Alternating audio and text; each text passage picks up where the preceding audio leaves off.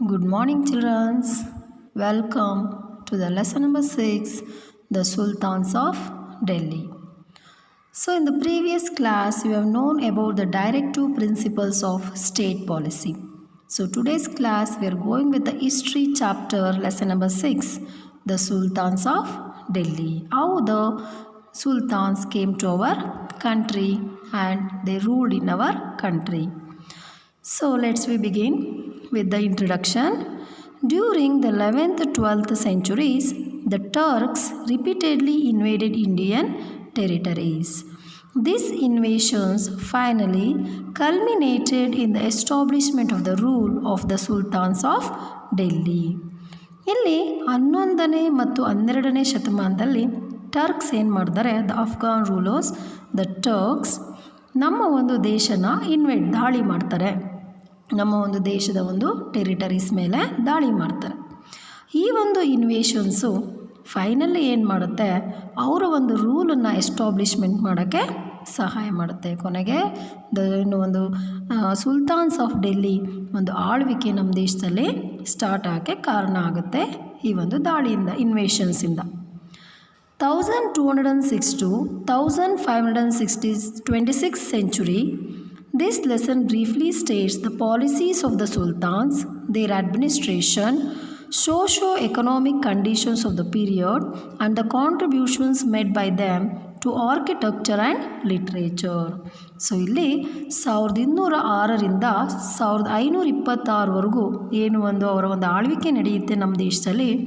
ಅವರ ಒಂದು ಪಾಲಿಸೀಸ್ ಹೇಗಿತ್ತು, ನಮ್ಮ ಒಂದು ಸ್ಟೇಟ್ಸಲ್ಲಿ ಆಡಳಿತನ ಹೇಗೆ ನಡೆಸ್ತಾ ಇದ್ದರು, ಸಮಾಜದ ಒಂದು ಆರ್ಥಿಕ ಒಂದು ಸ್ಥಿತಿ ಹೇಗಿತ್ತು ಆ ಒಂದು ಪೀರಿಯಡಲ್ಲಿ, ಅವರ ಒಂದು ಕಾಂಟ್ರಿಬ್ಯೂಷನ್ ಆರ್ಟ್ ಮತ್ತು ಆರ್ಕಿಟೆಕ್ಚರ್ಗೆ, ಲಿಟ್ರೇಚರ್ಗೆ ಯಾವ ರೀತಿ ಇತ್ತು ಅನ್ನೋದನ್ನು ಈ ಲೆಸನಲ್ಲಿ ನಾವು ತಿಳ್ಕೊತೀವಿ.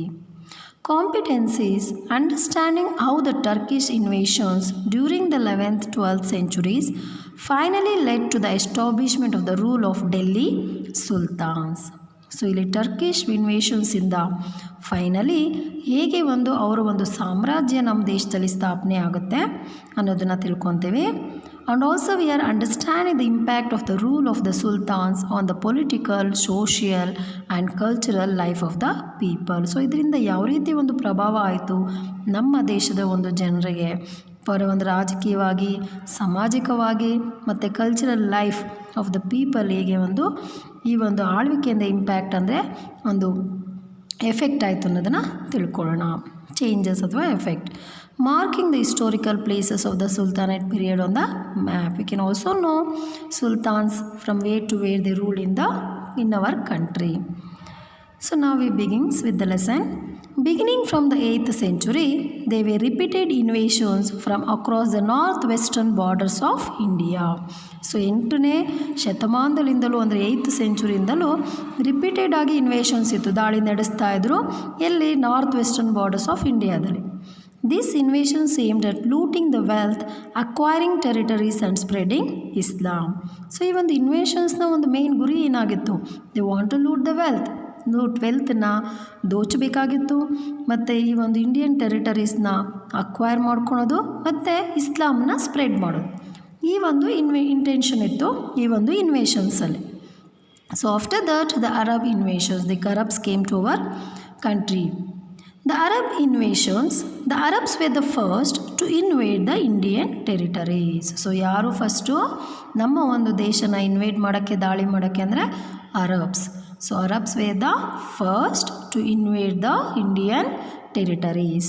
They invaded Sindh in 712 CE.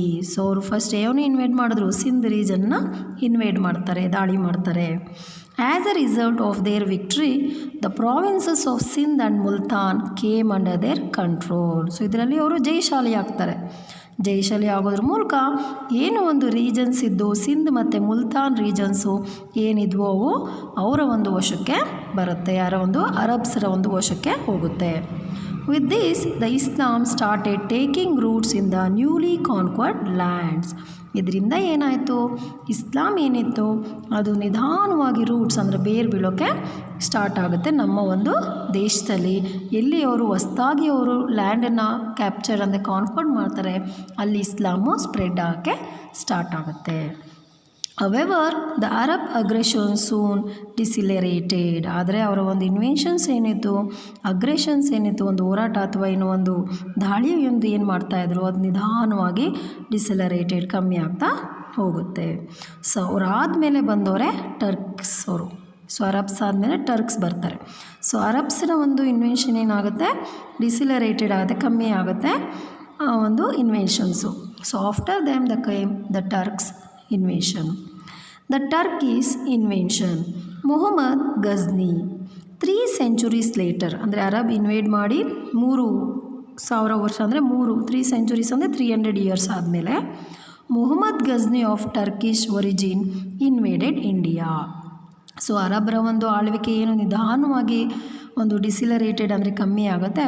ಅದಾದಮೇಲೆ ಟರ್ಕ್ಸ್ ಅವರು ನಮ್ಮ ಇಂಡಿಯಾನ ಅಟ್ಯಾಕ್ ಮಾಡ್ತಾರೆ. ಸೊ ಅದರಲ್ಲಿ 3 centuries ಆದಮೇಲೆ ಅಂದರೆ 300 ವರ್ಷ 300 years ಆದಮೇಲೆ ಮೊಹಮ್ಮದ್ ಗಜ್ನಿ ಏನು ಒಂದು ಟರ್ಕಿಶ್ಗೆ ಸೇರಿದವನು ನಮ್ಮ ದೇಶನ ದಾಳಿ ಮಾಡ್ತಾನೆ. ಯಾರು? Mohammad Ghazni is a Turkish from origin. Mohammad was the sultan of Ghazni. ಸೊ ಇವರು ಮೊಹಮ್ಮದ್ ಏನಾಗಿರ್ತಾರೆ, ರಾಜರಾಗಿರ್ತಾರೆ. ಸೊ ಇಲ್ಲಿ ಮುಸ್ಲಿಮ್ಸಲ್ಲಿ ಸುಲ್ತಾನ್ಸ್ ಅಂದರೆ ರಾಜರು. ಸೊ ಅವರನ್ನು ರಾಜರು ಅಂತ ಹೇಳ್ತಾಯಿದ್ರು, ಸುಲ್ತಾನ್. ಸೊ ಅವನು ಸುಲ್ತಾನ್ ಆಫ್ ಗಜ್ನಿಯ ರಾಜನಾಗಿರ್ತಾನೆ. A small kingdom in Afghanistan, ಒಂದು ಚಿಕ್ಕ ರಾಜ್ಯ ಆಗಿರುತ್ತೆ ಅಫ್ಘಾನಿಸ್ತಾನಲ್ಲಿ. ಈ ಇನ್ವೇಡೆಡ್ ಇಂಡಿಯನ್ 17 times. ಸೊ ಇವರೇನು ಮಾಡಿದ್ರು, ಇಂಡಿಯಾನ 17 ಬಾರಿ ಇನ್ವೇಡ್ ಮಾಡಿದ್ರು, ದಾಳಿ ಮಾಡಿದ್ರು. ಎಷ್ಟು time? 17 times. Looting and destroying prosperous cities and wealthy temples. So ಇಲ್ಲಿ ಏನು ಮಾಡ್ತಾರೆ, ಲೂಟ್ ಮಾಡ್ತಾರೆ. ಎಲ್ಲ ಒಂದು ವೆಲ್ತ್ ಇರುತ್ತೆ ಅದನ್ನೆಲ್ಲ ಲೂಟ್ ಮಾಡ್ತಾರೆ, ದೋಚ್ತಾರೆ. ಮತ್ತು ಪ್ರಾಸ್ಪರಸ್ ಸಿಟೀಸ್ ಏನು ಒಂದು ವಿಜೃಂಭಣೆಯಿಂದ ಇರೋ ಒಂದು ಸಿಟೀಸನ್ನೆಲ್ಲ ಡೆಸ್ಟ್ರಾಯ್ ಮಾಡ್ತಾರೆ, ಧ್ವಂಸ ಮಾಡ್ತಾರೆ, ಹಾಳು ಮಾಡಾಕ್ತಾರೆ.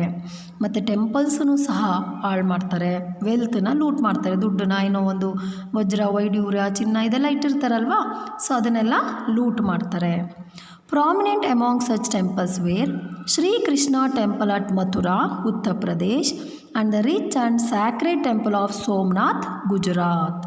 ಸೊ ಇದರಲ್ಲಿ ಯಾವ ಒಂದು ಟೆಂಪಲ್ಸನ್ನು ಅವರು ತುಂಬ ಇಂಪಾರ್ಟೆಂಟ್ ಪ್ರಾಮಿನೆಂಟ್ ಟೆಂಪಲ್ಸ್ ಯಾವುದಪ್ಪ ಅವರು ಧ್ವಂಸ ಮಾಡಿದ್ದು ಅಂದರೆ ಶ್ರೀಕೃಷ್ಣ ಟೆಂಪಲ್, ಮಥುರಾ ಉತ್ತರ ಪ್ರದೇಶದಲ್ಲಿ ಶ್ರೀಕೃಷ್ಣ ಟೆಂಪಲ್ ಇದೆಯಲ್ಲ ಅದನ್ನು ಹಾಳು ಮಾಡ್ತಾರೆ, ಧ್ವಂಸ ಮಾಡ್ತಾರೆ. ಅಷ್ಟೇ ಅಲ್ಲದೆ ರಿಚ್ ಮತ್ತು sacred temple of Somnath temple ಇದೆಯಲ್ಲ ಗುಜರಾತಲ್ಲಿ, ಅದನ್ನೂ ಸಹ ದಾಳಿ ಮಾಡೋದ್ರ ಮೂಲಕ ಹಾಳು ಮಾಡ್ತಾರೆ. ಯಾರು? Mohammad Ghazni. So you can see the picture of Muhammad Ghazni. So this is Muhammad Ghori. So this is about Muhammad Ghazni, children, how he invaded India and how he looted the wealth of India. So now we know about Muhammad Ghori. During the last quarter of the 12th century, Muhammad Ghori, who was ruling a kingdom in Afghanistan, invaded India and secured the province of Sindh and Punjab. So last quarter ಅಂದರೆ 12th century ಒಂದು last ಟೈಮಲ್ಲಿ ಏನಾಗುತ್ತೆ, ಮೊಹಮ್ಮದ್ ಗೋರಿ ನಮ್ಮ ಇಂಡಿಯಾನ invade ಮಾಡ್ತಾರೆ, ದಾಳಿ ಮಾಡ್ತಾರೆ. He was A ruling A Kingdom in Afghanistan. So ಅವರು ಏನೊಂದು ಅಫ್ಘಾನಿಸ್ತಾನದಲ್ಲಿ ರಾಜ್ಯಭಾರ ಆಳ್ತಾ ಇರ್ತಾರೆ. ಯಾರು? ಮೊಹಮ್ಮದ್ ಗೋರಿ ಅನ್ನೋ ಒಂದು ಅನ್ನೋ ಒಂದು ಫ್ಯಾಮಿಲಿ ಇರುತ್ತೆ. ಓಕೆ, ಅವ್ರು ಏನು ಮಾಡ್ತಾರೆ, ಇಂಡಿಯಾನ ಇನ್ವೇಡ್ ಮಾಡಿ ಸಿಂಧ್ ಮತ್ತು ಪಂಜಾಬ್ ರೀಜನನ್ನು ಗೆಲ್ತಾರೆ. Provinces of Sindh and Punjab.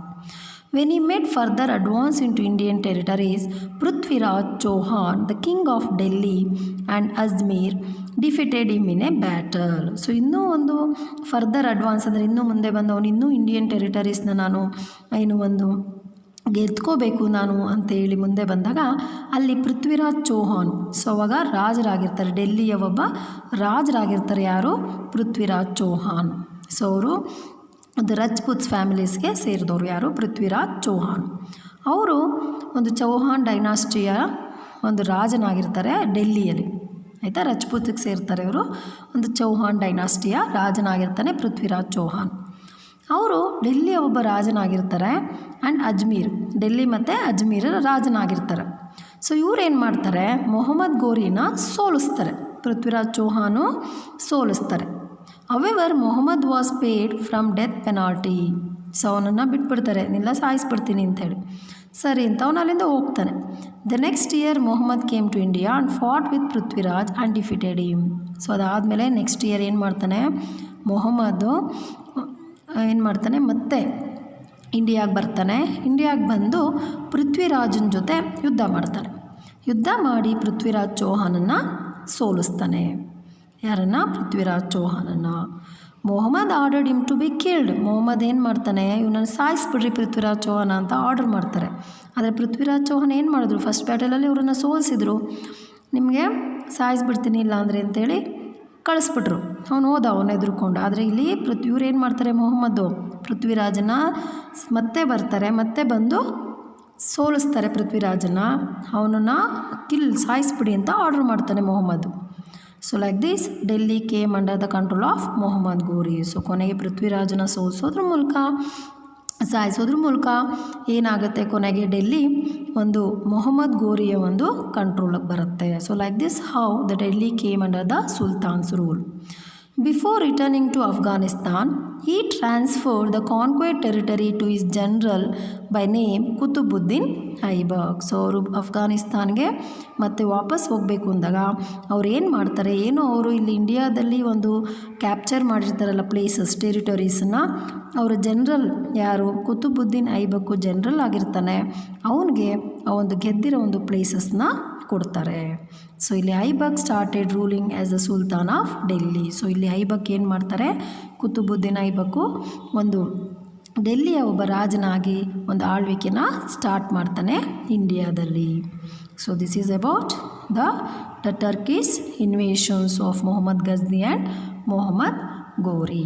So ಇಲ್ಲಿ ಮೊಹಮ್ಮದ್ ಗಜ್ನಿ ಏನೋ ಒಂದು ದಾಳಿ ಮಾಡ್ತಾನೆ, ಲೂಟ್ ಮಾಡ್ತಾನೆ, ಹೋಗ್ತಾನೆ. ಅವನ ಒಂದು ಇಂಟೆನ್ಷನ್ನು ಅವರ ಒಂದು ಸಾಮ್ರಾಜ್ಯನ ನಮ್ಮ ದೇಶದಲ್ಲಿ ಸ್ಥಾಪನೆ ಮಾಡಬೇಕನ್ನೋ ಒಂದು ಇಂಟೆನ್ಷನ್ ಇರೋದಿಲ್ಲ. ಆದರೆ ಮೊಹಮ್ಮದ್ ಗೋರಿಯ ಒಂದು ಇಂಟೆನ್ಷನ್ ಏನಿರುತ್ತೆ, ಈ ಒಂದು ದೇಶದಲ್ಲಿ ನಮ್ಮ ಒಂದು ಸಾಮ್ರಾಜ್ಯನ ಒಂದು ರೂಲನ್ನ ಸ್ಟಾರ್ಟ್ ಮಾಡಬೇಕು ಅನ್ನೋ ಇಂಟೆನ್ಷನ್ ಇಟ್ಕೊಂಡು ಬರ್ತಾರೆ. ಕೊನೆಗೆ ಅವರು ಒಂದು ಸಾಮ್ರಾಜ್ಯನ ಸ್ಥಾಪನೆ ಮಾಡ್ತಾರೆ. Now we know about slave dynasty. Qutbuddin was the first sultan of Delhi. So who is the first sultan of Delhi? Qutbuddin. He had originally been a slave and hence the dynasty founded by him is known as slave dynasty. ಇವನು Qutubuddin ಏನಾಗಿರ್ತಾನೆ, slave ಆಗಿರ್ತಾನೆ. ಯಾರ ಕೈ ಕೆಳಗಡೆ? Mohammed Ghori. So ಆ ಒಂದು ಕಾರಣಕ್ಕೋಸ್ಕರ ಅವರು ಒಂದು ಸಾಮ್ರಾಜ್ಯನ ನಮ್ಮ ದೇಶದಲ್ಲಿ ಸ್ಟಾರ್ಟ್ ಮಾಡಿದ್ರು, ಅವರ ಒಂದು ಡೈನಾಸ್ಟಿನ ನಾವು ಸ್ಲೇವ್ ಡೈನಾಸ್ಟಿ ಅಂತ ಕರಿತೀವಿ. ಸೊ ಅವರ ಒಂದು ಡೈನಾಸ್ಟಿ ಏನಂತ ಕರೆದ್ವಿ? ಸ್ಲೇವ್ ಡೈನಾಸ್ಟಿ ಅಂತ ಕರೆದ್ವಿ. The slave, the Khilji, the Tughlaq, the Sayyid and the Lodhi are the 5 dynasties who ruled Delhi. So ಇಲ್ಲಿ ಈ ಒಂದು ಡೆಲ್ಲಿಯಲ್ಲಿ 5 ಡೈನಾಸ್ಟೀಸು ರೂಲ್ ಮಾಡ್ತವೆ. ಸೊ ಯಾವುದ್ಯಾವುದು? Slave dynasty, Khilji dynasty, Tughlaq dynasty, Sayyid and Lodhi dynasties are the 5 sultans are 5 Delhi are 5 dynasties which ruled in Delhi. So ಡೆಲ್ಲಿಯಲ್ಲಿ ಈ 5 dynasties rule ಮಾಡ್ತಾರೆ. He strengthened the Turkish rule in India by defeating is enemy. So Qutubuddin Aibak ಏನು ಮಾಡ್ತಾನೆ, Turkish rule in ಇಂಡಿಯಾದಲ್ಲಿ ಏನಿರ್ತಾರೆ ಅವರನ್ನು ಸೋಲಿಸೋದ್ರ ಮೂಲಕ ಅವ್ರ ಎನಿಮೀಸನ್ನು ಇನ್ನೂ ಭದ್ರಗೊಳಿಸ್ಕೊತಾನೆ ಅವನ ಒಂದು ಆಳ್ವಿಕೆನ. To mark his victory he started constructing Qutub Minar and Mehrauli near Delhi. So ಈ ಒಂದು ಗೆಲುವಿನ ಒಂದು ನೆನಪಿಗೋಸ್ಕರ ಅವರು ಕುತುಬ್ ಮಿನಾರನ್ನು ಕಟ್ಸೋಕ್ಕೆ ಸ್ಟಾರ್ಟ್ ಮಾಡ್ತಾರೆ. He started to construct Qutub Minar at Mehrauli near Delhi. Later it was completed by sultan Iltutmish. ಕೊನೆಗೆ ಅದು ಯಾರು ಕಂಪ್ಲೀಟ್ ಮಾಡ್ತಾರೆ? ಸುಲ್ತಾನ್ ಇಲ್ತಾಮಿಶು ಕಂಪ್ಲೀಟ್ ಮಾಡ್ತಾರೆ. So this is a Qutubuddin Aibak. Is a Qutubuddin Aibak, the picture of Qutubuddin Aibak. So this is Qutub Minar who was started by him. Okay, why it was started? To mark the victory ಅಲ್ವಾ. So ಅದಕ್ಕೆ ಇದನ್ನು ಕಟ್ಸೋಕ್ಕೆ start ಮಾಡ್ತಾರೆ. But ಇದನ್ನು complete ಮಾಡಿಸಿದ್ದು ಯಾರು? Sultan Iltutmish. The only female ruler during the Sultanate period was Razia. So Razia Sultan was the only female woman ruler. She ruled the Delhi.